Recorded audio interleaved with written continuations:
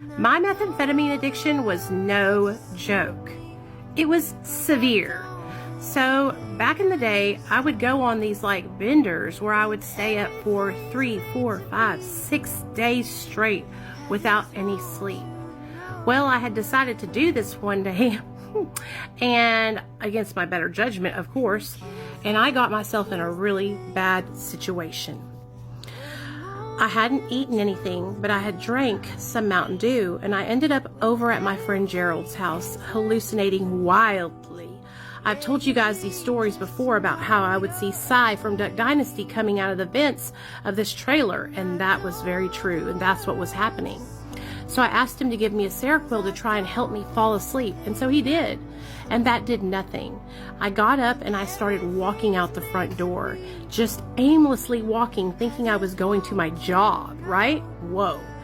So luckily I ended up on this little Spanish lady's porch, and I was sweeping the porch, thinking that there was weed brownies all over her porch. And a police officer was called, and he ended up calling an ambulance, and I was put in the ambulance and taken to the emergency room.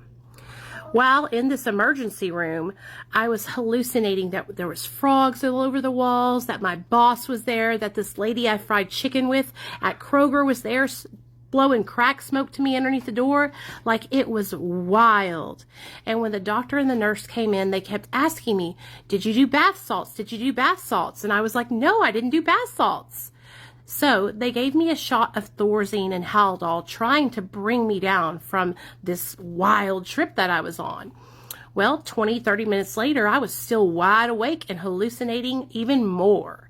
So they gave me another shot of Thorazine and Haldol. And this is when everything changed.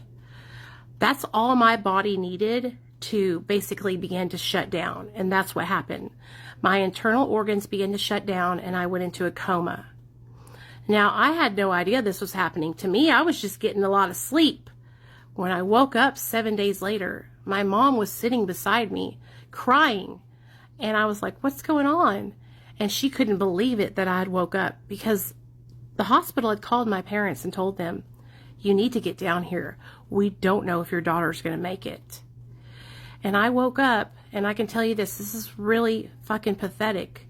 But all I could think about was how I wanted to get out of that hospital so I could go get high again, because I was miserable, even though I had only been awake for less than a minute. That's how miserable I was within myself during my addiction.